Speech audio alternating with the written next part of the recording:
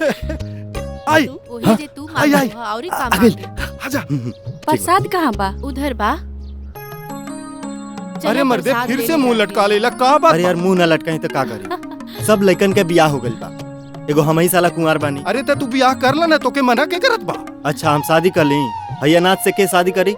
आजकल के लइकिन के जाने लिस्का चाहेला। सुना ताड़ू का बोलता? अपन बारे में बोलता। रुपया पैसा गाड़ी और लइका स्मार्ट रहूं के चाहिए, और ये अनाथ से के बियाह करी? अरे मर्दे तोरा नियत स्मार्ट दमदार लड़का से कौन लड़की न शादी करी, और जौन लड़की से शादी करबा ओकर भाग खुल जाई। अरे तोहर जोड़ कोई नहीं खे, तू बेजोड़ बड़ा हो। तोहर जोड़ कोई नहीं खे, तू बेजोड़ बड़ा हो। अरे भाई गई गइल।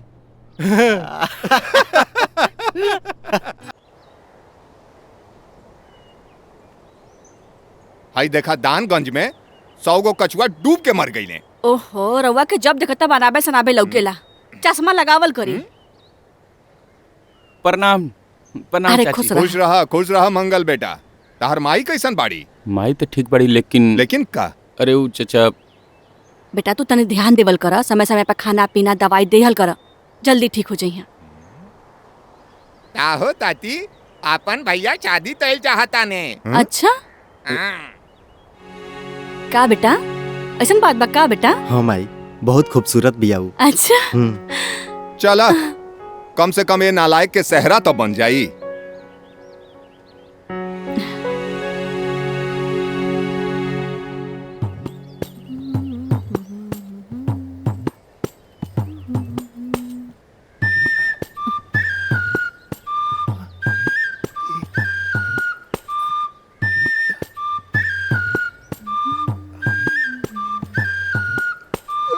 का बात बा भौजी, कितना सुंदर लगा।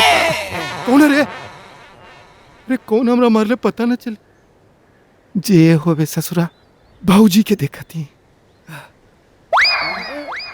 भौजी अरे भौजी। अरे गुडुआ का दिक्कत हुए? पूछो ना भैया, बस टाइम पास करी थी। टाइम पास करते हुए बिना मकसद के तू यहाँ खड़ा ना हो सकले। तू बड़ी चालू हुए, तू अपने पे मक्खी बैठे ना देवेले। हम नहीं जानी ना। भैया तोके यकीन ना होता। नहीं। देख ला का देखी? आए हाय हाय। अब तू का देखा था हुआ? हम अब तू का देखत हुए? जे तू देखा था हुआ वही हमहू देखा था। अपन भौजी के कनबाली देखा था। अरे जिया राजा, तू कानी के बाली देखत हुए? हम मोटे लाली देखती हूँ। होठलाली देखा था, बुढ़ौती में होठलाली देखा था। शर्म ना लगत है? बुढ़वा है रे। अरे तब का हुआ तू? जंगल सफा चट हो गेल बा। और तू होठलाली देखा था हुआ? ए गोलू अरे भौजी हमके बुलावत है। नहीं हमें बुलावत है। तो के बुलावत है? तो का? बेवकूफ हुआ का एकदम। अच्छा?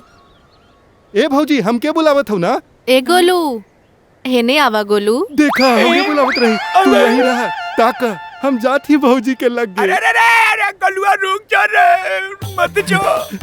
का भाई अरे भौजी? गोलू तनी हमर घसिया उठा दा गोलू। अरे घसिया तो उठा दे, लेकिन पहले ही बताबा इतना धूप में इतना सुनर मुनर चेहरा लेके काहे धूप में का चला करी बताओ? गोलू, ई चेहरा पर केकरा ला मेकअप करी, के देखे वाला बा? अरे काहे भैया ना हवन का? अरे भैया रहतन ता तो कोनो बाते न रही। देखा खेत पूरा परती परल बा, सब काम अकेले करे पड़ता। अच्छा तो कोनो बात ना, भैया ना हवन, हम बानी ना। तोहर जोताई बुआई घास सफाई सब कर दे। सच गोलू? हाँ। ए गोलू तनी हमर घसिया उठाएला। अच्छा भौजी हम उठा दे। इतना वजन बा, बड़ी अरे भारी बाप बा। रे। नमन में ले। और ले को। अरे छोड़। अरे अरे भौजी रुक भाई जा। यहाँ से। अरे भौजी रुक जा।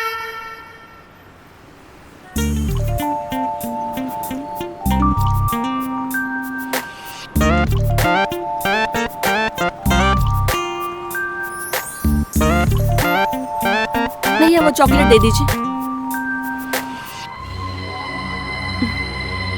Thank you.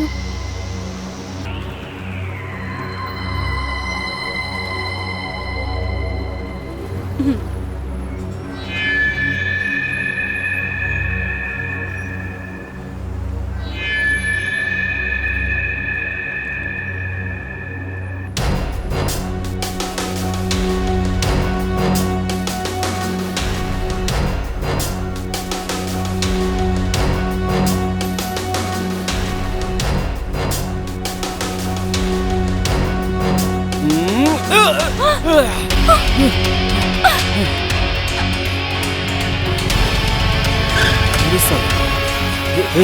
रुक,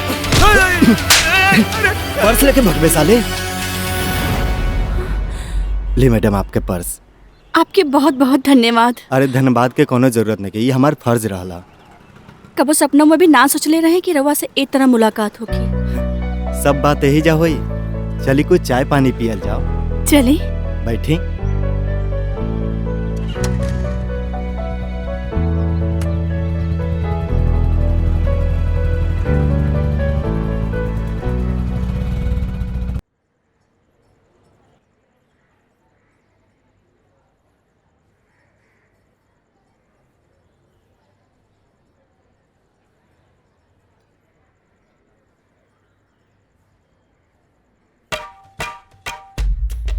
का देवर जी इतना सज धज के कहाँ जाता नी? हाँ घूमे जाते हैं। जाई रौरे चानी बा।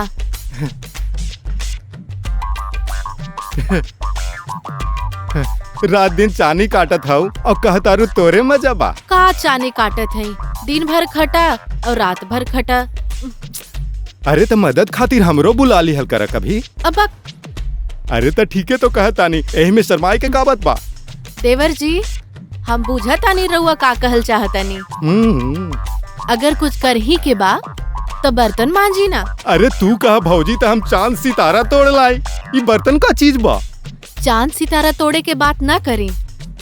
चांद सितारा लावे खातिर राउर भैया बाड़न, और रउआ के अगर कुछ कर ही के बानू तो बर्तन मांजी बैठ के। अच्छा बर्तन मांज दे, लेकिन कोई से कहिया मत। ना कहब। लावा।